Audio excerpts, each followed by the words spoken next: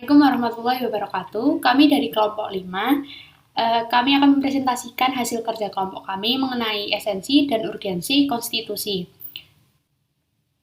Kelompok kami terdiri dari saya, Nasma Nur Amiroh, kemudian ada Reza Abrilian, kemudian ada Farhan Widiana Mukti, kemudian ada Danida Abbas Ramadan, dan Ilham Bayu Maulana yang tidak bisa hadir pada pertemuan kali ini.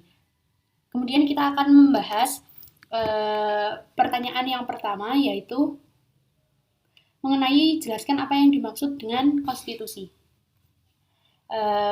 Di sini akan ada beberapa pengertian konstitusi yang akan saya sampaikan. Yang pertama yaitu konstitusi adalah salah satu perangkat yang membentuk sebuah negara dan perannya itu sangat penting dalam menentukan hubungan antara rakyatnya dan pemerintah.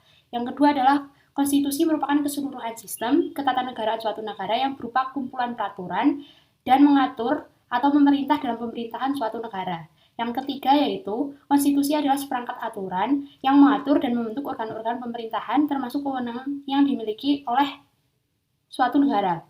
Kemudian pengertian konstitusi yang terakhir adalah konstitusi merupakan sebuah asas-asas dasar hukum serta suatu dasar-dasar hukum yang dimiliki oleh setiap negara di dalam kelompok sosial di suatu negara tersebut. Kemudian pertanyaan nomor 2 akan dijelaskan oleh Danida.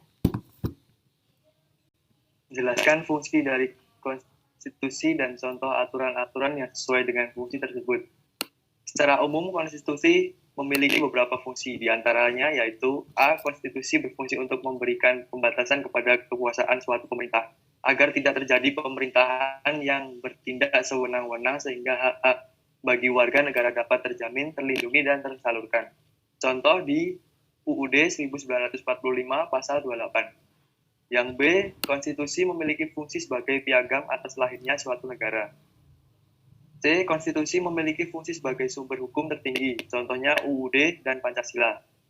Yang D, konstitusi memiliki fungsi sebagai alat untuk melakukan pembatasan terhadap kekuasaan dari suatu pemerintah, contoh TAP, MPR, Perda, dan lain-lain.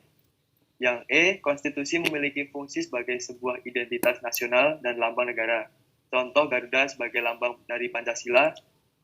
Yang F, konstitusi memiliki fungsi sebagai salah satu cara untuk memberikan perlindungan terhadap hak asasi manusia sekaligus jaminan kebebasan untuk warga dari suatu negara. Contoh Undang-Undang Dasar 1945 pasal 27 dan 28. Selanjutnya, di sini saya Reza Abrianugroho ingin melanjutkan atau menambahkan dari Danida Abbas. Menurut Jimli Asyidik, sebagai Ketua Mahkamah Konstitusi Republik Indonesia periode 2003 hingga 2008 juga mengungkapkan pendapat tentang konstitusi. Yang pertama, konstitusi dapat berfungsi sebagai penentu serta pembatas kekuasaan dari sebuah organ negara. Yang kedua, konstitusi memiliki fungsi sebagai pengatur hubungan kekuasaan antar organ negara.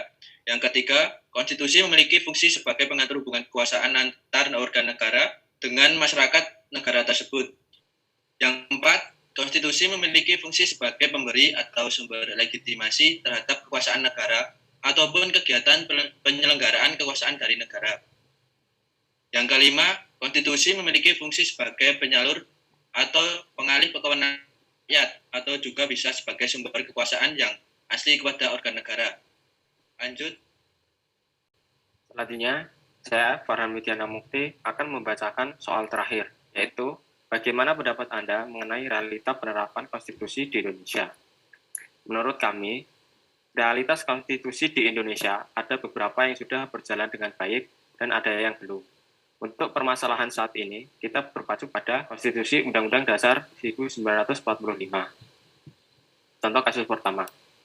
Realitas konstitusi berdasarkan UUD 1945 pasal 28C ayat 1 yang berbunyi, setiap orang berhak mengembangkan diri melalui pemenuhan kebutuhan dasarnya, berhak mendapat pendidikan dan memperoleh manfaat dari ilmu pengetahuan dan teknologi, seni, dan budaya, demi meningkatkan kualitas hidupnya dan demi kesejahteraan umat manusia.